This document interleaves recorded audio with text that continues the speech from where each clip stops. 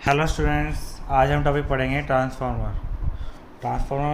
आज की वीडियो के हम देखेंगे कि ट्रांसफार्मर की डेफिनेशन क्या है, ट्रांसफार्मर हमारा किस प्रिंसिपल पे काम करता है, और उसके बाद हम देखेंगे कि पावर ट्रांसफार्मर जो होते हैं हमारे, उनके डिफरेंट पार्ट्स कौन से होते हैं और उनके क्या फंक्शन होते हैं। तो स्टार्ट करते हैं आज की हमारी वीडियो। ट्रांसफार्मर ट्रांसफार्मर क्या होता है? ट्रांसफार्मर एक ऐसा डिवाइस है जो क्या करता है, हमारी इलेक्ट्रिकल पावर को एक इलेक्ट्रिकल सर्किट से दूसरे इलेक्ट्रिकल सर्किट में क्या करता है, ट्रांसफ़र करता है।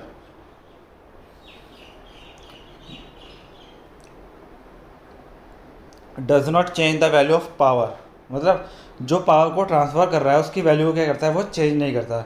जितनी हमारी एक सर्किट में, पहले सर्किट में जितनी पावर थी उतनी हमारी सेकंड सर्किट के अंदर भी पावर से रहेगी हमारी सेम। ठीक है।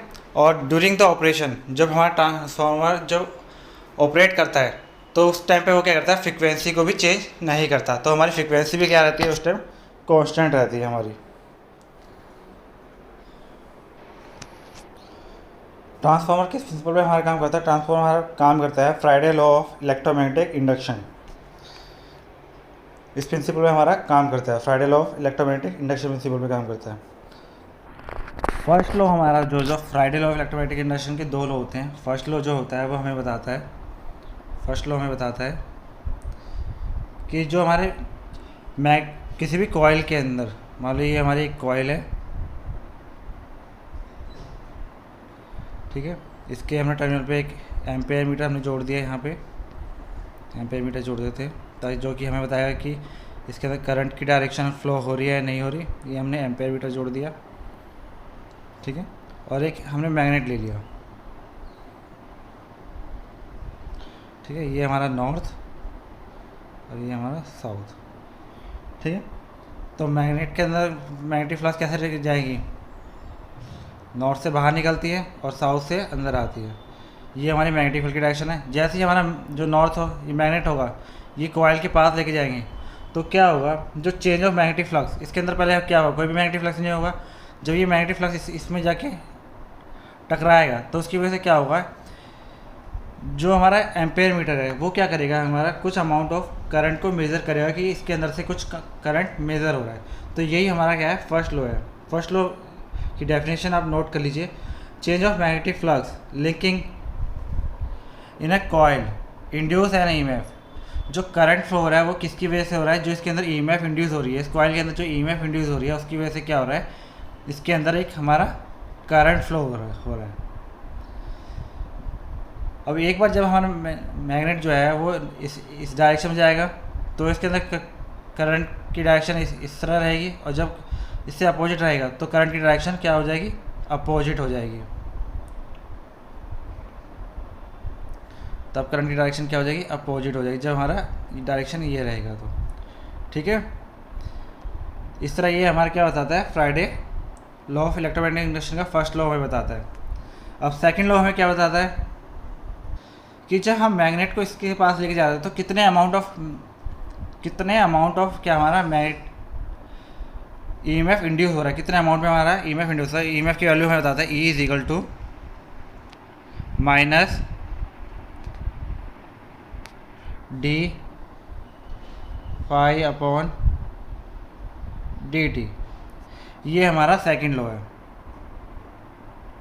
कि हमें बताता है कि EMF induce across the coil is equal to the rate change of flux in the coil. किस फ्लक्स के अंदर जितना हमारा चेंज हो रहा है विद रिस्पेक्ट टू टाइम, उतना हमें क्या होगा, ईएमएफ इसके अंदर इंड्यूस होगा। ये तो हो गई हमारी Friday law of electromagnetic induction के ऊपर बात। अब हम देखते हैं इसके पार्ट्स। तो फर्स्ट पार्ट है हमारा कोर, उसके बाद वाइंडिंग, फिर इंसुलेशन, फिर tank, terminal, transformer, oil conservator, breather, radiator, explosion went, tape changer और बुकोज रिले। ये इसके पार्ट्स हैं। देखो यहाँ पे हमारा क्या है, ये कोर है, ये कोर नज़र आ रहा है जो कि हमारा आयरन का बना होता है। उसके भी इस कोर के ऊपर हमारी वाइंडिंग होती है और वाइंडिंग के ऊपर हमारा एक इंसुलेशन चढ़ा होता है, ठीक है। और ये जो हमारा आउटर पार्ट्स है, ठीक, ये हमारा क्या है, टैंक। ये देखो आपका यहाँ टैंक नज़र आ रहा है, टैंक है, ठीक है। ये हमारे टर्मिनल निकल के आ रहे हैं, वाइंडिंग में से टर्मिनल निकल के आ रहे हैं जो किससे के साथ कनेक्टेड है, बुशिंग से के साथ कनेक्टेड है। ठीक है। और ये टैंक के अंदर क्या हमारा ऑयल भरा हुआ है, जिसके वजह से हम बोलते हैं ट्रांसफार्मर ऑयल। ट्रांसफार्मर ऑयल के साथ हमारे क्या कनेक्टेड है, कंजर्वेटर, ऑयल कंजर्वेटर। ये ऑयल कंजर्वेटर है। ठीक है। इसके साथ में यहाँ पे ऑयल लेवल गेज लगा रखा है जो कि हमें मेज़र करके बताता है कि इसके अंदर कितना, कंजर्वेटर में कितना ऑयल प्रेजेंट है, या हमें ऑयल डालना है या नहीं डालना है, वो हमें ये बताता है। और कंजर्वेटर के साथ हमारा क्या कनेक्टेड है, एक ब्रीथर कनेक्टेड है, ये ब्रीथर कनेक्टेड है। ठीक है। ये हमारा ब्रीथर कनेक्टेड है। और ब्रीथर के बाद हम यहाँ देखेंगे रेडिएटर, ये हमारा एक रेडिएटर है। और ये इसके साथ में फ़ैन कनेक्टेड है कि जो हमारा ऑयल है उसके से हीट जो निकलती है वो कहाँ जाती है, कूल इन रेडिएटर पे जाती है हीट। और फैन के थ्रू हम क्या करते हैं, फोर्सफुली हम उसको कूलिंग कराते हैं। ये ऑयल पंप है हमारा यहाँ पर, जिससे कभी हमें ऑयल इसमें से टैंक में से निकालना पड़े तो हम यहाँ से ऑयल पंप के। और ये हमारा बुकोज कंजर्वेटर टैंक और मेन टैंक के बीच में क्या लगा हुआ है, हमारा बुकोज रिले लगी हुई है, ये ग्रीन कलर की जो आपको नज़र आ रही है।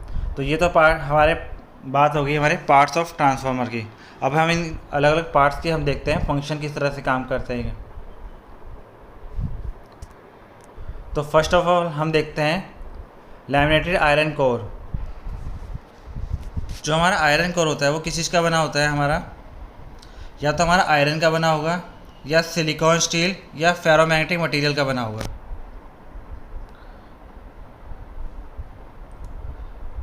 जो आयरन कोर होता है वो मेड अप होता है थिन मेटल स्ट्रिप। जो ये इस तरह की हमारी स्ट्रिप होती हैं, ये बहुत पतली होती हैं। जिन स्ट्रिप को मिलाते हैं, बहुत सारी स्ट्रिप को मिला के हमारा क्या बनता है, इस तरह का आयरन कोर बनता है। ये आपको कोर नज़र आ रहा है, ये देखो इसके अंदर अलग अलग स्ट्रिप नज़र आ रही है, एक एक लेयर। तो ये अलग अलग लेयर को मिला के हमारी क्या बनती है, एक पतली पतली लेयर होती है। इनको बना के हमारा क्या बनता है, कोर बनता है। और जो स्ट्रिप होती है इनको हम क्या करते हैं, इंसुलेटेड करते हैं, किसके थ्रू, कोटिंग ऑफ वर्निश। या तो कोटिंग हम किसी करते हैं वर्निश की करते हैं, या पेपर के थ्रू हम क्या करते हैं, इसको इंसुलेटेड करते हैं, ताकि हमारी जो वाइंडिंग है उसके अंदर, इसके अंदर क्या है, करंट फ्लो ना हो, हमारे इसके अंदर लॉसेस हमारे ना हो। इसके लिए हम क्या करते हैं, इसको वर्निश करते हैं या फिर पेपर लगा के इसको इंसुलेटेड करते हैं हम। जो मेटल स्ट्रिप होती हैं उसकी थिकनेस अबाउट कितनी होती है, 0.5 mm। 0.5 mm के आसपास उसकी क्या होती है, थिकनेस होती है एक इसकी। जो हमारे कोर होते हैं, आपको डायग्राम में भी दिख रहा होगा कि दो तरह के हमारे कोर होते हैं, एक कोर टाइप और एक शेल टाइप। जो कोर टाइप के हमारे जो होते हैं उसके अंदर जो वाइंडिंग होती है वो लिप पे होती है, मतलब एक वन साइडेड और एक इस साइडेड, दोनों साइड पे वाइंडिंग होती है। पर जो हमारी शेल टाइप हमारा ट्रांसफार्मर होता है उसके अंदर जो सेंटर लिप होती है उसके ऊपर वाइंडिंग होती है। ये वाइंडिंग है और ये हमारे सेंटर लिप है जो अंदर उस पर जा रही है। सेंटर लिप पे वाइंडिंग है, ना कि साइड वालों पे वाइंडिंग होती है। जबकि कोर में जो होती है वो साइड वालों पे होती है, सेंटर पे कोई वाइंडिंग नहीं होती। अब कोर टाइप में क्या होती है, उसके जो स्ट्रिप होती है वो हमारी क्या होती है, या तो दो एल टाइप की होगी या यू और आई टाइप की होगी कोर टाइप के अंदर। जबकि हमारी शेल टाइप में जो होगी वो किस तरह की होगी, ई और आई या ई डबल ई टाइप की, इस तरह की होगी। ठीक है। इस तरह की हमारी क्या होती है, कोर होती है, कोर टाइप वाइंडिंग के अंदर और शेल टाइप की वाइंडिंग के अंदर। इसकी स्ट्रिप जो हमारे इनमें स्ट्रिप होती है, इसकी मोटाई जो हमेशा याद रख लेना कितनी होती है, 0.5 mm। अब आगे देखते हैं वाइंडिंग। जो ट्रांसफार्मर की वाइंडिंग होती है, ये वाइंडिंग जो है वो क्या होती है, हमारी सर्वल टर्न ऑफ कॉपर कॉइल की बनी होती है। मतलब इसके अंदर एक कॉइल जो इसके नंबर बहुत सारे, इसमें नंबर ऑफ टर्न्स क्या होते हैं, कॉइल्स लगी होती हैं, जैसे आपको डायग्राम में भी नज़र आ रहा होगा। और ये कॉइल कहाँ पे वाउंड होती है, लिब, ये या तो लिब पे होती है, ये लिब है जिसे बोलते हैं आर्म पे लगी होती है इस तरह से, या फिर इसके कोर पे, ये कोर है एक तरह से, ये पूरे दोनों कोर ही है, उस पर क्या हमारी वाइंडिंग लिपटी हुई है। ये हमारे शेल टाइप ट्रांसफार्मर होते हैं, इस पर सेंटर लिप पे हमारी वाइंडिंग होती है। और जो यहाँ पे कोर टाइप में होता है उसमें प्राइमरी वाइंडिंग इस लिप पे होती है साइड पे लिप पे और सेकेंडरी वाली दूसरे लिप पे होती है। ये हमारे दो तरह के हमारे ट्रांसफार्मर होते हैं, कोर टाइप और शेल टाइप। जैसे कि हमने कोर देखे थे, वो दो तरह के होते हैं, कोर टाइप और शेल टाइप। इस तरह हमारी वाइंडिंग भी दो पे होते हैं। जो कोर पे होगी उसे हम बोलेंगे कोर टाइप ट्रांसफार्मर, और जो शेल पे हमारी वाइंडिंग लिपटी होगी उसे हम क्या बोलेंगे, shell type transformer. Primary winding हमारी वो वाइंडिंग होगी जिधर हम इनपुट सप्लाई दे रहे हैं, उसको हम क्या बोलेंगे, प्राइमरी वाइंडिंग। और सेकेंडरी वाइंडिंग हमारी वो वाइंडिंग होगी जहाँ पर हम क्या कर रहे हैं, लोड कनेक्ट कर रहे हैं, उसे हम क्या बोलेंगे, सेकेंडरी वाइंडिंग। जबकि हमारी शेल टाइप के अंदर क्या होगा, प्राइमरी वाइंडिंग क्या होगी, हमारी अंदर की तरफ होगी और सेकेंडरी वाइंडिंग ऊपर की तरफ होगी, सेंटर लिप पे ही। प्राइमरी वाइंडिंग पे हम सप्लाई देंगे और सेकेंडरी वाइंडिंग पे हम क्या देंगे, लोड देंगे। जबकि हमारे पावर ट्रांसफार्मर जो होती है उसके अंदर वाइंडिंग, जो ये वाइंडिंग होती है वो क्या होती है, इंसुलेटेड होती है बाय इंसुलेशन, या तो पेपर के थ्रू या वर्निश के थ्रू हम क्या करते हैं, इसको इंसुलेटेड करते हैं वाइंडिंग के लिए। क्यों करते हैं insulated, because short circuit condition से हमें क्या करता है, वो बचाती है हमें। इंसुलेशन जो होती है वो हमें बचाती है शॉर्ट सर्किट होने से, इसलिए हम वाइंडिंग को भी क्या करते हैं, इंसुलेटेड करते हैं, लैमिनेशन करते हैं एक तरह से। वर्निश की या पेपर की हम क्या करते हैं, इसको लैमिनेशन कर देते हैं, कोटिंग चढ़ा देते हैं एक तरह से। आगे देखते हैं इंसुलेशन क्या होती है। जो इंसुलेशन है हमारी, वो ट्रांसफार्मर का बहुत इंपॉर्टेंट पार्ट है। क्यों, क्योंकि यदि हमारा ट्रांसफार्मर फेल हो जाएगा, यदि इंसुलेशन हमारी फेल हो गई तो उसकी वजह से क्या हो सकता है, बहुत बड़ा डैमेज हो सकता है। ट्रांसफार्मर पूरा हमारा जल सकता है, या शॉर्ट सर्किट हमारा इतना ज़्यादा हो सकता है कि हमारे जो इक्विपमेंट हमारे लगे हुए हैं वो भी हमारे क्या हो सकते हैं, डैमेज हो सकते हैं। तो जो हमारा इंसुलेशन है वो हमारा बहुत इंपॉर्टेंट पार्ट है ट्रांसफार्मर का। यदि वो ना होगा तो हमारी इसकी वजह से क्या होगा, बहुत बड़ा डैमेज हमारा हो सकता है। अब इंसुलेशन कहाँ प्रोवाइड की जाती है, इंसुलेशन प्रोवाइड की जाती है वाइंडिंग और कोर के बीच में, दोनों वाइंडिंगों के बीच में। मतलब जितनी भी हम टर्न्स कॉइल लगा रहे हैं उनके बीच में भी हमारी क्या होगी, उसको भी हमें इंसुलेशन की जाएगी। और जो ईच टर्न ऑफ वाइंडिंग, जो ईच टर्न हमारी जो वाइंडिंग जो कॉइल हम डालते हैं वो भी हमारी क्या होती है, कोटिंग होती है, वर्निश की कोटिंग होती है, ताकि आपस में वो वाइंडिंग जो कॉइल है वो भी आपस में शॉर्ट ना हो। उसको भी हमें इंसुलेटेड किया जाता है, लैमिनेट किया जाता है।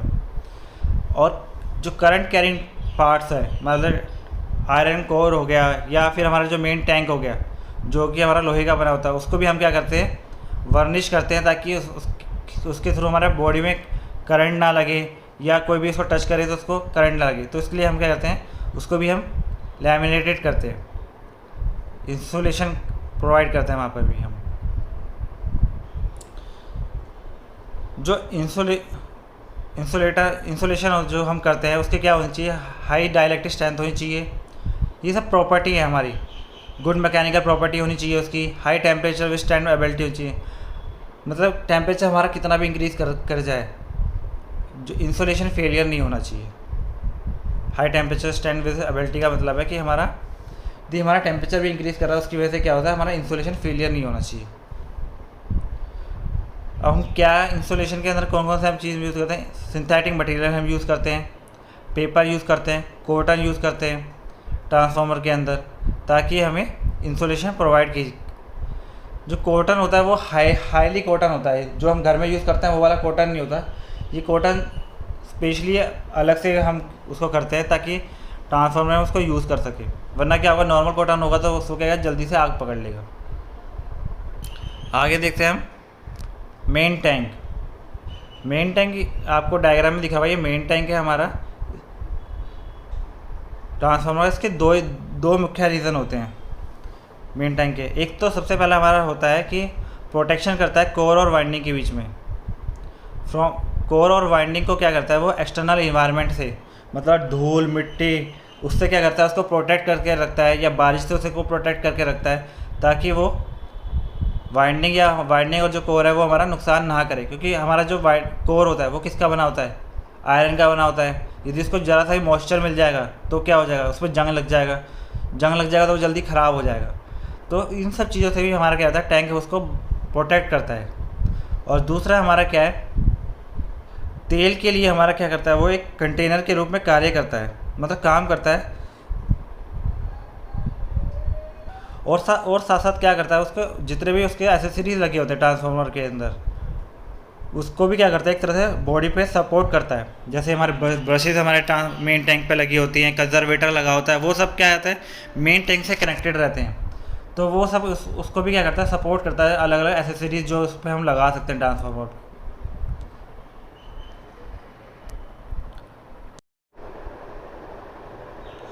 इनकमिंग और आउटगोइंग केबल को जोड़ने के लिए ट्रांसफार्मर में टर्मिनल मौजूद होते हैं।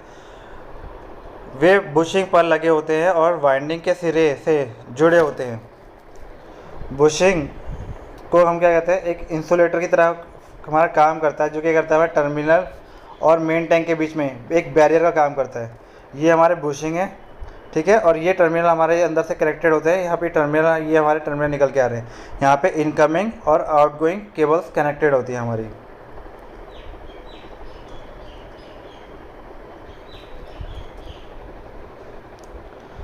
ट्रांसफार्मर ऑयल,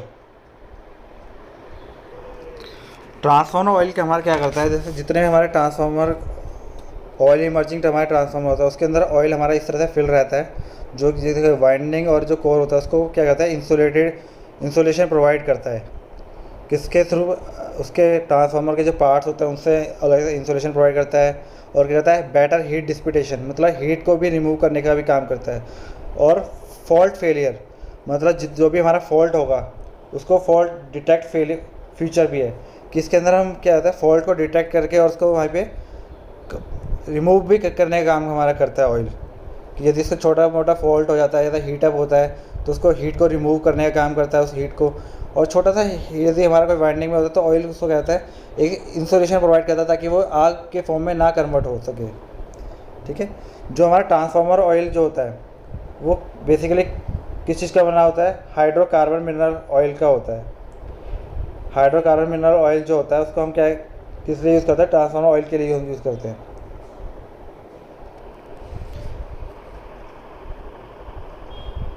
इसके बाद हम देखते हैं ऑयल कंजर्वेटर। अब ऑयल कंजर्वेटर हम पढ़ेंगे तो ऑयल कंजर्वेटर हमारा कहाँ पे मूव होता है, टॉप ऑफ द ट्रांसफार्मर। ये ट्रांसफार्मर के ऊपर लगा होता है, ये हमारा क्या है, ऑयल कंजर्वेटर, ठीक है। और ये वेल लोकेटेड है, मतलब वेल लोकेटेड का मतलब है ये किसके अबव होता है, मेन टैंक और जो हमारी ये बुशिंग लगी होती है, इससे भी क्या होता है, इसकी हाइट ऊपर होती है, ज़्यादा होती है, ताकि ये यहाँ पे क्या करे, ये ऑयल को सर्कुलेशन इसमें क्या अच्छे से कर सके ट्रांसफार्मर मेन टैंक के अंदर। जैसे जैसे हमारा मेन टैंक के अंदर क्या होगा, वाइंडिंग के अंदर हीट बढ़ेगी तो उसकी वजह से क्या होगा, उसके अंदर जो ऑयल होगा वो क्या होगा, कुछ कम होना शुरू कर देगा।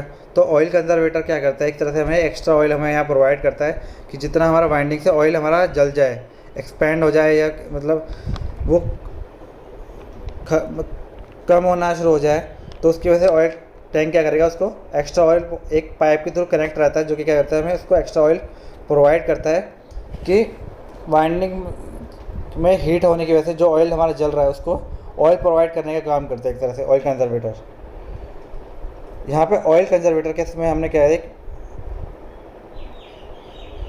ऑयल लेवल इंडिकेटर भी लगा होता है, जो कि हमें बताता है कि ऑयल का लेवल हमारा कितना है, ठीक। उससे हमें पता चलता है कि कंजर्वेटर में हमारे पास सफिशिएंट ऑयल है या नहीं है। वो हमें किसके थ्रू पता चलता है, ऑयल लेवल इंडिकेटर के थ्रू। यहाँ पे साइड में लगा होता है इसके, जिससे हम देख के बता सकते हैं कि हमारा ऑयल इसके अंदर कम है, ज़्यादा है ये। और इसका जो ऑयल होता है वो कहाँ जाता है, मेन टैंक के अंदर एक पाइप के थ्रू कनेक्ट रहता है। जैसे जैसे हमारा मेन टैंक के अंदर हमारा ऑयल कंज्यूम होता रहता है, कम होता रहता है, तो मेन टैंक से ऑयल कंजर्वेटर से जो ऑयल है वो कहाँ चला जाता है, मेन टैंक में चला जाता है। ऑयल कंजर्वेटर का यही काम है बेसिकली। ब्रीथर, ब्रीथर क्या करता है, बहुत इंपॉर्टेंट पार्ट है हमारा ब्रीथर। ब्रीथर का हमारा ब्रीथर जो प्रेजेंट होता है जितने भी हमारे ऑयल इमर्जिंग ट्रांसफार्मर होता है उस सब में प्रेजेंट रहता है। जितने भी हमारे किसके साथ कनेक्ट रहता है, कंजर्वेटर के साथ हमारा कनेक्ट रहता है ब्रीथर। ये भी हमारा ब्रीथर है और ये हमारा ऑयल कंजर्वेटर है, ऑयल टैंक की तरह, मतलब ऑयल कंजर्वेटर है ये, है हमारा, ये इससे कनेक्टेड है। ये करता है मॉइस्चर को क्या करता है, जो हमारा ऑयल के अंदर जो हमारा एयर होती है उसको क्या करता है यहाँ पे फ्री रखता है, किसके थ्रू, मॉइस्चर से फ्री रखता है, जितना भी हमारा मॉइस्चर होता है वो क्या करता है, ब्रीथर के अंदर ही रुक जाता है। और जो ब्रीथर के अंदर मॉइस्चर फ्री एयर जो होती है, तो जिसके अंदर मॉइस्चर नहीं होता, वो एयर हमारी कहाँ चली जाती है, मेन हमारे ऑयल कंजर्वेटर के अंदर चली जाती है, जो कि क्या करता है, एक तरह की ऑयल का प्रेशर को बनाने के लिए हेल्प करती है। कि मेन टाइम जो कंजर्वेटर के अंदर जो ऑयल का प्रेशर है वो उसको बनाने में हेल्प करती है हमारी एयर। जो हमारा ब्रीथर होता है वो हमारा क्या कहते हैं, कंजर्वेटर टैंक से एक पाइप के थ्रू जुड़ा होता है, जिसके थ्रू हम क्या कहते हैं, एयर जो होती है वो यहाँ से ब्रीथर से होती हुई कहाँ चली जाएगी, हमारी कंजर्वेटर टैंक में चली जाएगी। और ब्रीथर के अंदर क्या प्रेजेंट होती है, हमारी सिलिका जेल प्रेजेंट होती है, जो कि क्या करती है, मॉइस्चर को अब्जॉर्ब करती है अपने अंदर और एयर को पास करती है, किसके अंदर, किसके थ्रू, ऑयल कंजर्वेटर के अंदर पास करती है, या हम कह सकते हैं डिलीवर करती है। डिलीवर का मतलब उसके अंदर पहुंचाना होता है, कि वहाँ तक क्या करती है, एयर को पहुंचाती है ऑयल कंजर्वेटर टैंक के अंदर। इसमें सिलिका जेल जो होती है उसका कलर होता है हमेशा डार्क ब्लू। जब हमारी फ्रेश होती है तो वो उसका क्या कलर होता है, डार्क ब्लू कलर होता है। और जब वो मॉइस्चर अब्जॉर्ब कर लेती है तो उसका कलर किस में कन्वर्ट हो जाता है, हमारा पिंक कलर। कई बार क्वेश्चन आता है और बच्चे इसमें गलती भी करते हैं, तो ध्यान रखना कि इसका जो ब्रीथर का जो कलर होता है वो कैसा होता है, डार्क ब्लू होता है। और जब मॉइस्चर अब्जॉर्ब कर लेता है तो उसका कलर किस में कन्वर्ट हो जाता है, पिंक कलर में कन्वर्ट हो जाता है। तो ये क्वेश्चन बहुत इंपॉर्टेंट है, आप इसको ज़रूर याद रखिएगा। उसके बाद आता है हमारा एक्सप्लोजन वेंट। एक्सप्लोजन वेंट हमारा क्या, एक्सप्लोजन जो वेंट होता है वो हमारा किस तरह से काम करता है कि इमरजेंसी एग्जिस्ट की तरह काम करता है। किसके लिए, ऑयल और एयर के लिए इनसाइड द ट्रांसफार्मर। इस मेन टैंक के अंदर हमारी ये एक्सप्लोजन वेंट हमारे यहाँ पे लगा होता है, और ये हमारा क्या करता है, ऑयल और एयर के इमरजेंसी एग्जिस्ट के काम में होता है। इमरजेंसी एग्जिस्ट का मतलब हमारा यहाँ पे ये है कि इसके अंदर जब कोई फॉल्ट होगा या इसके अंदर जो गैसेज हमारी इतनी ज़्यादा हो जाएगी फॉल्ट की वजह से, तो वो क्या करेगी, इस एक्सप्लोजर वेंट के थ्रू क्या करेगी, बाहर निकल जाएंगी। जो पाइप होता है, एक्सप्लोजर वेंट का पाइप जो होता है वो हमारा किसका बना होता है, मेटेलिक पाइप होता है। और इसके अंदर क्या होता है, डायफ्राम होता है, जो क्या करता है, हमारा एक एंड पे लगा होता है। डायफ्राम हमारा यहाँ पे लगा होता है, जबकि और इसकी हाइट जो होती है वो क्या होता है, मेन कंजर्वेटर से भी हमारी इसकी हाइट क्या होती है, अबव होती है, ज़्यादा हाइट होती है। जब इसके अंदर फॉल्ट आकर होता है तो उसकी वजह से क्या होता है, ऑयल एलिवेशन का मतलब हमारा यहाँ पे है कि ऑयल का जो हमारा जो लेवल है वो हमारा क्या होता है, कम होना शुरू हो जाता है। तो उसकी वजह से क्या होता है, उसके अंदर जो प्रेशर होता है ऑयल एयर का, वो उसकी वजह से कहते हैं बढ़ना शुरू हो जाता है, जो कि डैमेज लेवल तक हो जाता है। तो उसकी वजह से क्या होता है, जो एयर होती है वो इसके थ्रू बाहर निकल जाती है। जो मेन टैंक के अंदर हमारी एयर बनेगी वो क्या होगी, डायफ्राम को रैप्चर कर देगी। रैप्चर करने की वजह से क्या होगा, प्रेशर रिलीज़ होगा और एक एयर हमारी कहाँ निकल जाएगी, बाहर एटमॉस्फेयर के अंदर आ जाएगी। तो इसलिए हमारा क्या करता है, ट्रांसफार्मर के अंदर के जो हमारी जो एयर या ऑयल होता है उसको बचाता है कि वो फटे ना। इसकी वजह से हमें क्या है, एक्सप्लोजर वेंट लगाते हैं कि कोई भी इसके अंदर ट्रांसफार्मर ऑयल के अंदर यदि हमारा कोई डैमेज होता है या गैसेज हमारी इंक्रीज़ हो जाती है तो वो किसके थ्रू हमारी बाहर आ जाए, एक्सप्लोजर वेंट के थ्रू बाहर आ जाए। नेक्स्ट हम देखते हैं रेडिएटर और फैन। ये हमारे रेडिएटर हैं और ये हमारे फ़ैन लगे हुए हैं।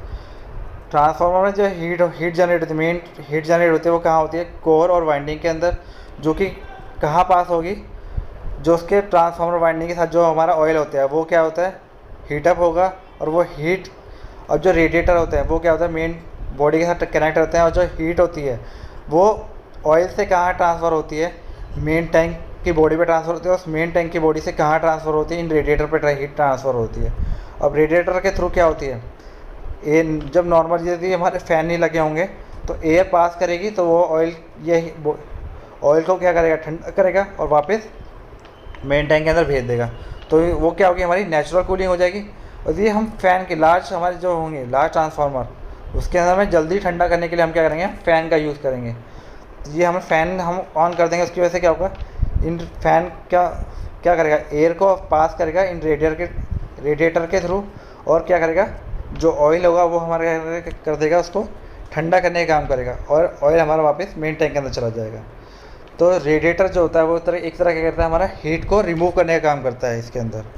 और फ़ैन क्या करता है, हमारे एक तरह की फोर्सफुली कूलिंग प्रोवाइड करने का काम करता है हमारे पास यहाँ पे फ़ैन। लास्ट हमारा टॉपिक है बुकोज रिले। बहुत इंपॉर्टेंट है, बहुत सारे क्वेश्चन पूछे जाते हैं, बहुत सारे एग्जाम में पूछा जाता है बुकोज रिले के बारे में, किस तरह से काम करता है, क्या मेन पार्ट है इसका, कहाँ लगा होता है बुकोज रिले, किसके बीच में लगा होता है। तो जो हमारा बुकोज रिले होता है वो हमारा लगा होता है मेन टैंक और ऑयल कंजर्वेटर के बीच में लगा होता है बुकोज रिले। तो ये सबसे पहले याद रखना कि बुकोज रिले हमारा कहाँ लगा होता है, मेन टैंक और ऑयल कंजर्वेटर के बीच में हमारा क्या लगता है, बुकोज रिले लगा होता है। अब इसका काम क्या है बुकोज रिले का?